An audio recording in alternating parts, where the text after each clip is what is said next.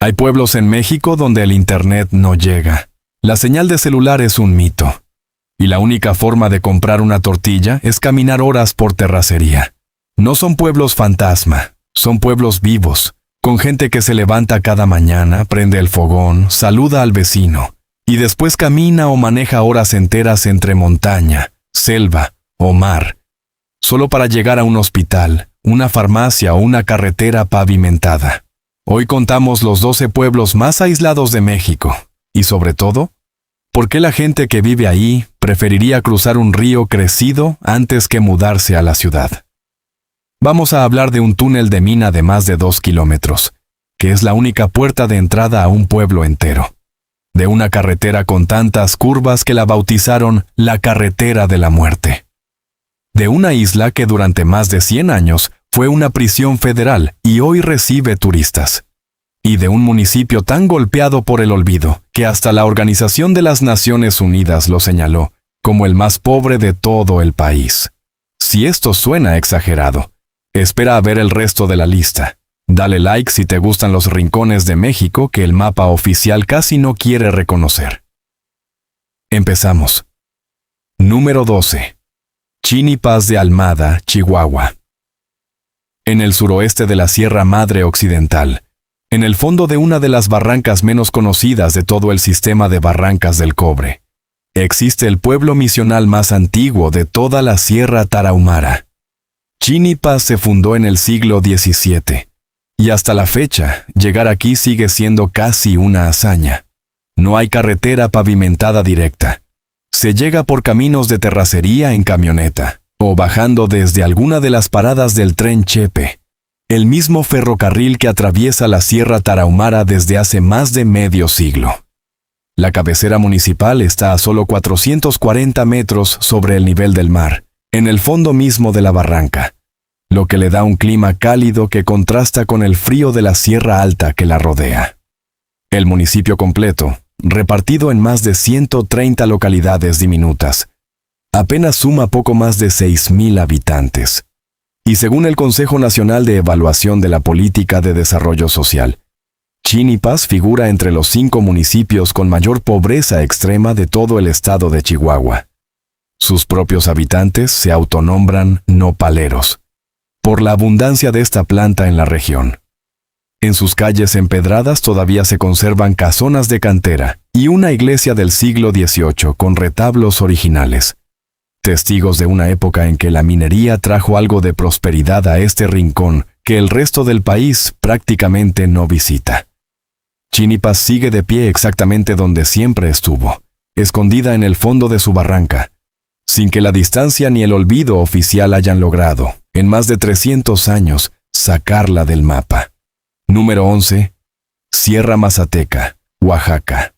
En las montañas de la Sierra Mazateca hay pueblos donde nadie necesita un teléfono para llamar a su vecino. Le silban. En comunidades como Santa María Chilchotla y San Martín, distribuidas entre neblina, barrancas y caminos de terracería que tardan media hora en recorrerse entre un pueblo y otro, la gente desarrolló algo que suena a leyenda, pero está documentado por lingüistas desde 1948. El mazateco es una lengua tonal, y como es tonal, se puede traducir directamente a silbidos. Un hombre aprieta los labios en la cima de un cerro, silba una frase completa, y del otro lado de la barranca alguien le responde, también silbando, sin decir una sola palabra. Dependiendo de la potencia del silbido y de si hay niebla o no, el mensaje puede viajar hasta 1 kilómetro de distancia, a veces más si el terreno ayuda.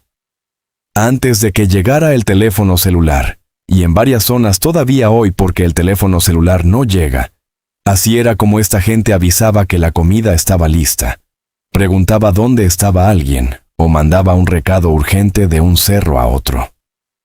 Solo existen 4 lugares documentados en el mundo con esta forma de comunicación, y uno de ellos está aquí, escondido entre la neblina de Oaxaca. La sierra decidió que si el terreno no dejaba caminar rápido, al menos dejaría hablar rápido. Y así, generación tras generación, el silbido se convirtió en la línea telefónica que la geografía nunca quiso instalar. Número 10. Villa Hidalgo Yalalac, Oaxaca.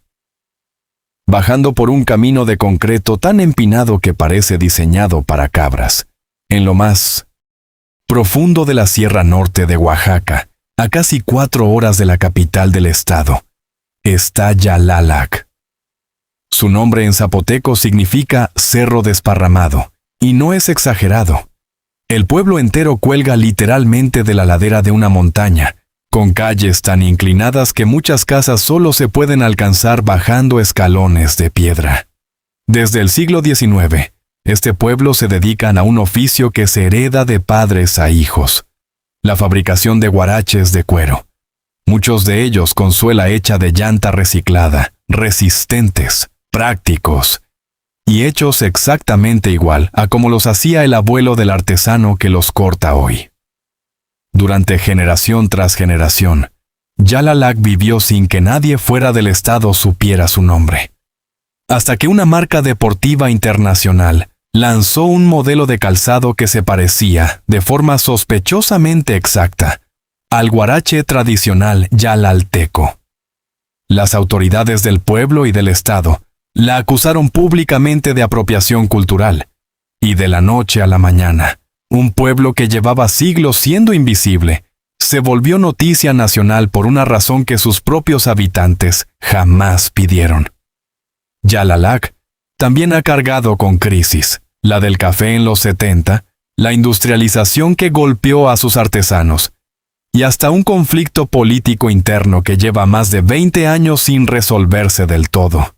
Y aún con todo eso, los guaracheros siguen ahí, en sus talleres colgados de la ladera, cortando cuero exactamente igual que hace 100 años. Porque en Yalalac el oficio no se abandona ni cuando el mundo entero decide copiarlo sin pedir permiso. Número 9. Islas Marías, Nayarit. Durante 114 años, la única forma de llegar a las Islas Marías, un archipiélago en el Pacífico frente a las costas de Nayarit, era en un barco de la Marina. Y la única razón para subir a ese barco era que un juez te hubiera condenado. Fundada en 1905 bajo el régimen de Porfirio Díaz, la Colonia Penal Federal de Islas Marías llegó a ser conocida como el Alcatraz mexicano. Solo la isla más grande del archipiélago, María Madre, estaba habitada, y ahí se construyó Puerto Valleto, el único asentamiento del lugar.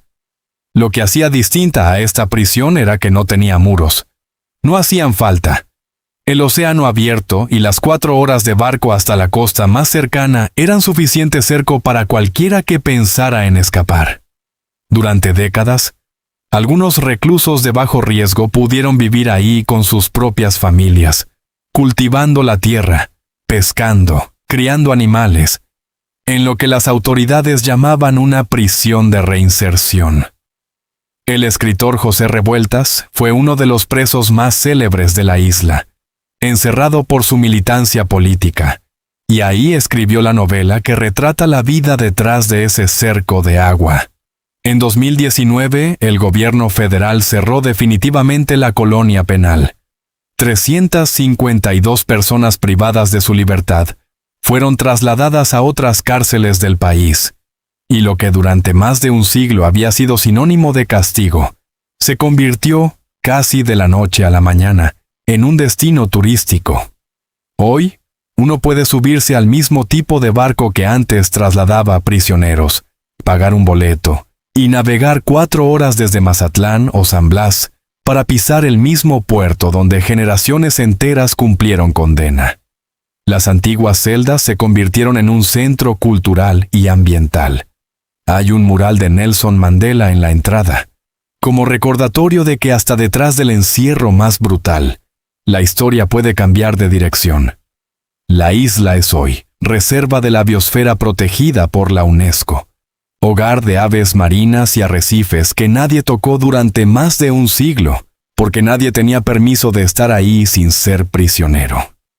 Islas Marías pasó de ser el lugar del que nadie quería hablar, a un destino que la gente ahora paga por conocer. Número 8. Real de 14, San Luis Potosí. En el altiplano de San Luis Potosí, Hay un pueblo entero al que solo se puede entrar por un agujero excavado a mano en la roca. El túnel Ogarrio mide poco más de 2 kilómetros. Se construyó entre 1897 y 1901, aprovechando un antiguo socavón de las minas de plata de la región, y hasta la fecha sigue siendo la única entrada y salida vehicular de Real de 14. El túnel tiene un solo carril. No hay manera de que dos coches pasen al mismo tiempo en direcciones opuestas. Así que en cada extremo hay vigilantes con radio que dan la señal. Esperan a que salga todo el que tenga que salir, y solo entonces dejan entrar al siguiente grupo. En temporada alta, la espera puede tomar horas. Cruzar el túnel a pie es una opción, pero es un recorrido largo, húmedo, frío y completamente a oscuras, con el eco de los coches resonando entre la piedra. Este pueblo llegó a tener decenas de miles de habitantes durante el auge de la plata en el Porfiriato, y después se convirtió casi en pueblo fantasma cuando las minas se agotaron. Hoy sobrevive gracias al turismo y a las peregrinaciones del pueblo Wixárika, que consideran sagrado el desierto que rodea al pueblo. Pero cada persona que entra o sale de Real de 14, sin excepción, tiene que hacerlo por el mismo agujero excavado a pico y pala, hace más de 120 años, esperando su turno como si el pueblo entero solo tuviera una puerta, y esa puerta solo pudiera abrirse de un lado a la vez. Número 7. Cherán, Michoacán. En la meseta purépecha de Michoacán, hay un pueblo de 20,000 personas donde no ha entrado un solo partido político desde hace más de una década. No fue una ley que se los prohibiera, fue la propia gente. En abril de 2011, los habitantes de Cherán estaban hartos. Durante años vieron pasar camiones cargados de troncos recién talados frente a sus casas, mientras la policía municipal, que se suponía debía protegerlos, escoltaba a los talamontes. El crimen organizado se había apoderado del bosque, más de 10,000 hectáreas de pino y oyamel arrasadas, mientras extorsionaban negocios y desaparecían gente, todo con la complicidad de las autoridades locales. Un grupo de mujeres empezó a organizarse en secreto. Una madrugada, cuando los camiones madereros volvieron a pasar, las mujeres les bloquearon el paso. Sonaron las campanas de la iglesia. El pueblo entero salió a las calles, con piedras, con palos, con lo que tuvieran a la mano. Ese mismo día expulsaron a los taladores. Después expulsaron a la policía municipal, sospechosa de estar coludida con el crimen organizado. Y finalmente, expulsaron también a los políticos, de todos los partidos, incluido el que gobernaba en ese momento. Instalaron barricadas en las 3 entradas del pueblo. En cada esquina se armaron fogatas donde hombres, mujeres y hasta niños hacían guardia día y noche. Cherán invocó el artículo 33 de la Constitución mexicana, el que permite a los pueblos indígenas regirse por sus propios usos y costumbres. Y en diciembre de ese mismo año, casi 5,000 personas votaron a favor de gobernarse sin partidos políticos. Solo 7 votaron en contra. Desde entonces, un consejo de 12 queris, elegidos por asamblea cada 4 años en los 4 barrios del pueblo, administra Cherán. Reforestaron más de 90% del bosque que habían perdido. Crearon su propia ronda comunitaria de seguridad, sin sueldo, solo por convicción. Y 14 años después de aquel levantamiento, en 2025, un grupo armado del crimen organizado atacó de nuevo a esa ronda comunitaria. La resistieron. Porque en Cherán ya aprendieron, hace más de una década, que nadie más va a proteger su territorio si ellos mismos no lo hacen primero. Número 6. Cochoapa el Grande, Guerrero. Cada año, cuando termina la temporada de lluvias, las familias de Cochoapa el Grande, en la región de la montaña de Guerrero, salen con picos y palas a reparar el único camino que conecta a sus comunidades. No lo hace una constructora, no lo hace el gobierno municipal. Lo hacen ellos mismos, decenas de hombres y mujeres, niños y ancianos, encabezados por el comisario de cada comunidad, porque saben que si no lo hacen, se quedan completamente aislados hasta la próxima temporada seca. Cochoapa el Grande se independizó como municipio en 2003, separándose de Metlatónoc, y apenas unos años después, en 2006 y 2008, el Consejo Nacional de Población y la Organización de las Naciones Unidas lo señalaron como el municipio más pobre y con mayor grado de marginación de todo el país. Los datos del censo de 2010 son duros de leer. Más del 80% de las viviendas no tenían excusado ni sanitario. Más del 60% de la población adulta era analfabeta. El 100% de los habitantes carecía de acceso a servicios de salud formales. Aquí viven en su mayoría familias nazavi, indígenas mixtecos, en comunidades como San Rafael o Joya Real, donde las calles se quedan vacías buena parte del año porque la gente sale a buscar trabajo a otros estados y solo regresa en temporada de siembra o de fiestas. La región completa de la montaña ha perdido más de 37% de su población en las últimas 2 décadas, según el Instituto Nacional de Estadística. No por decisión, sino porque cuando no hay empleo, ni clínica, ni carretera confiable, la gente termina yéndose aunque no quiera. Y sin embargo, cada año, cuando la lluvia destroza otra vez el camino de terracería, la misma gente que se fue durante el año regresa a reparar la brecha con sus propias manos, sabiendo perfectamente que en 12 meses tendrá que volver a hacerlo. No lo hacen porque alguien se los pida. Lo hacen porque saben que esa brecha rota es lo único que los conecta con el resto del país, y prefieren repararla ellos mismos antes que esperar una ayuda que, año tras año, tarda en llegar o simplemente no llega. Número 5. Batopilas, Chihuahua. En lo más profundo de una de las barrancas más hondas de la Sierra Madre Occidental, a 1800 metros por debajo del borde del cañón, hay un pueblo al que solo se llega bajando por una carretera tan traicionera, que la gente de la región la bautizó la Carretera de la Muerte. Son horas de curvas cerradas, esquinas ciegas y derrumbes constantes, con miradores que se asoman a más de 1700 metros de profundidad. La ruta oficial recomienda tomar el tren Chepe hasta Creel, y desde ahí, 3 horas más de camino de terracería con centenares de vueltas para descender al fondo del cañón.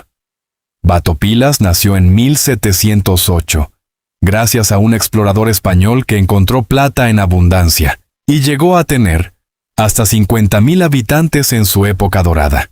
En 1880 llegó aquí un empresario estadounidense llamado Alexander Shepard, que trajo capital de Inglaterra, Francia y Alemania, y gracias a él, Batopilas se convirtió en la segunda población de todo México en tener energía eléctrica, después de la propia Ciudad de México.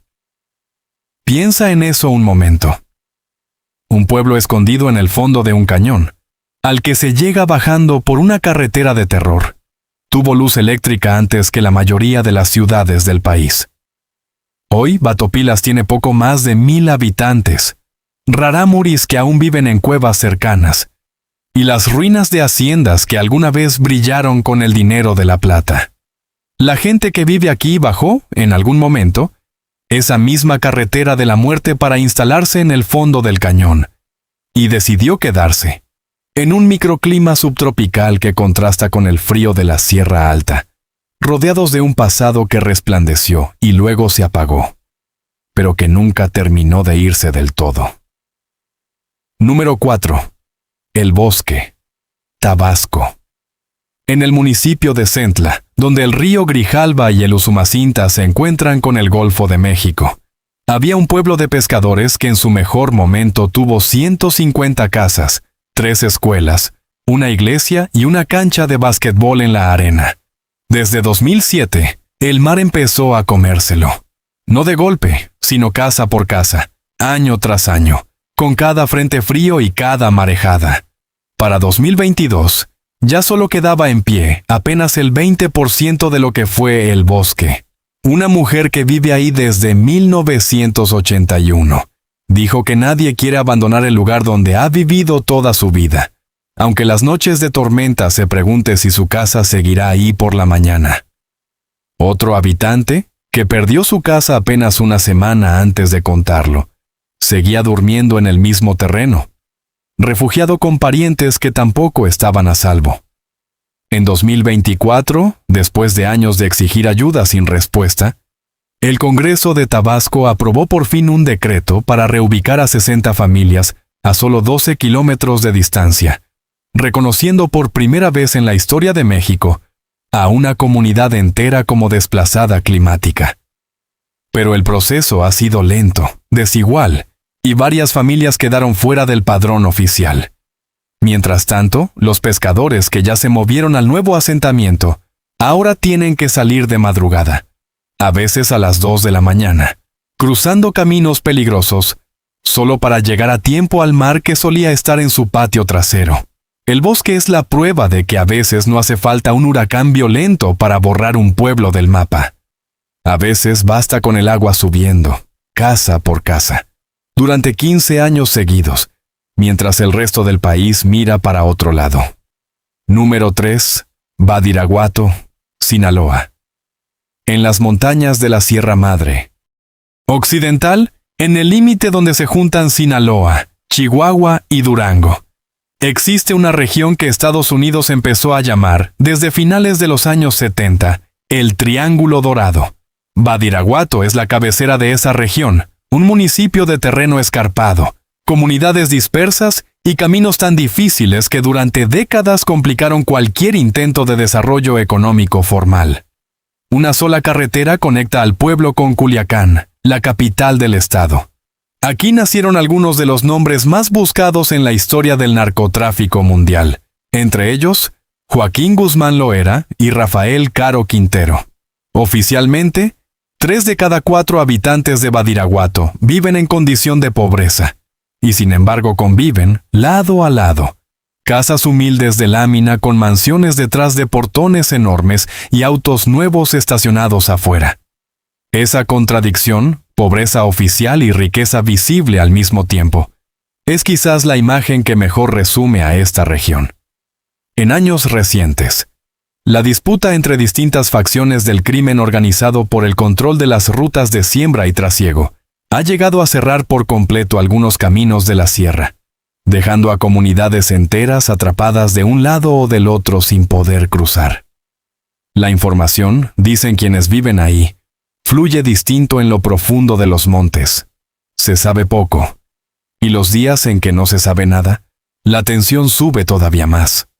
Aún con reflectores internacionales encima, con presidentes que han llegado a inaugurar carreteras nuevas en la zona, Badiraguato sigue siendo, para buena parte de sus propios habitantes, un lugar donde uno se queda no porque no haya otra opción en el mapa, sino porque ahí están sus raíces, sus tierras de cultivo, y generaciones enteras de familia que nunca se fueron. Número 2. Tayoltita, Durango. En lo profundo de la Sierra Madre Occidental, en el municipio de San Dimas, hay un pueblo minero de casi 7,000 habitantes al que durante buena parte del siglo XX era más fácil llegar por aire que por tierra. Tayoltita se asienta a la orilla del río Piaxtla, en el fondo de una barranca tan cerrada que en 1934, un empresario estadounidense llamado Gordon Barry fundó una aerolínea entera, Líneas Aéreas Mineras, con el único propósito de sacar el oro de esta mina por avión, porque transportarlo por tierra hasta Mazatlán era casi imposible. La aerolínea empezó con un solo avión Ryan y terminó operando rutas hasta Torreón y la Ciudad de México. Hoy, casi un siglo después, Tayoltita sigue teniendo su propio aeródromo, con pista de tierra de apenas 650 metros. Y todavía hoy salen vuelos diarios hacia Durango y Mazatlán, porque la carretera pavimentada más cercana está a 96 kilómetros de distancia. Según el último informe oficial sobre accesibilidad carretera en México, el centro de servicios más cercano, es decir, el lugar donde hay hospital, le queda a más de 4 horas en carretera. En Chihuahua y Durango, juntos, viven más de 170,000 personas en esa misma condición, a más de 4 horas de cualquier atención médica seria. Y sin embargo, Tayoltita sigue de pie, con escuelas, con una plaza, con calles pavimentadas dentro del propio pueblo, gracias al dinero de la mina que nunca dejó de operar desde el siglo XVIII. Es un pueblo que decidió, generación tras generación, que ni la barranca ni la distancia iban a decidir por ellos si se quedaban o se iban. Número 1. La Canja Chansayab, Chiapas. En la selva más extensa que le queda a México, vive un pueblo que se llama a sí mismo, en su propia lengua, los hombres verdaderos. Los lacandones sobrevivieron a la conquista escondiéndose en lo más profundo de la selva, y ahí se quedaron, generación tras generación, durante siglos, mientras el resto del país cambiaba de nombre, de bandera, de forma de gobierno. Hoy, en comunidades como la Canja Chansayab, Metzabok, Naja y Bethel, sobreviven en total apenas unas 1,300 personas. No hay wifi. No hace falta, dicen los que han ido. Hay conexión real, con la selva, con el río La Canja, con las ruinas mayas de Bonampak y Yaxchilán, que se levantan a pocos minutos de sus casas, cubiertas todavía por vegetación que nadie ha talado. Los lacandones se consideran guardianes de la selva Montes Azules, una de las últimas reservas de selva alta perenne de todo el continente, con árboles de 60 metros de altura, y jaguares que todavía rugen entre la niebla de la mañana. No llegar hasta aquí es cuestión de horas de carretera entre montañas sin rutas directas, y de cooperativas de transporte que apenas conectan un puñado de comunidades diminutas. Y aún así, después de siglos resistiendo, después de ver desaparecer imperios, colonias y gobiernos enteros, los hombres verdaderos siguen ahí, cuidando la misma selva que sus ancestros protegieron cuando el mundo entero pensaba que ya no quedaba nadie como ellos. 12 pueblos. 12 razones distintas para quedarse. Un túnel de mina, una carretera de curvas, una prisión convertida en paraíso, un camino que se repara a mano cada año, un mar que se traga las casas, una sierra donde el silencio pesa más que cualquier ley, y una selva que unos cuantos cientos de personas decidieron proteger con su propia vida entera. Ninguno de estos lugares aparece en los mapas turísticos oficiales. Ninguno tiene Wi-Fi garantizado, ni hospital a la vuelta de la esquina, ni la comodidad que el resto del país da por sentada. Pero todos tienen algo que ningún desarrollo urbano puede fabricar de la noche a la mañana. Gente que decidió, con los ojos abiertos, que el hogar no se mide en conveniencia, sino en pertenencia. Que a veces vale más silbarle a tu vecino desde el cerro de enfrente, que tener señal de celular y no conocer a nadie a tu alrededor.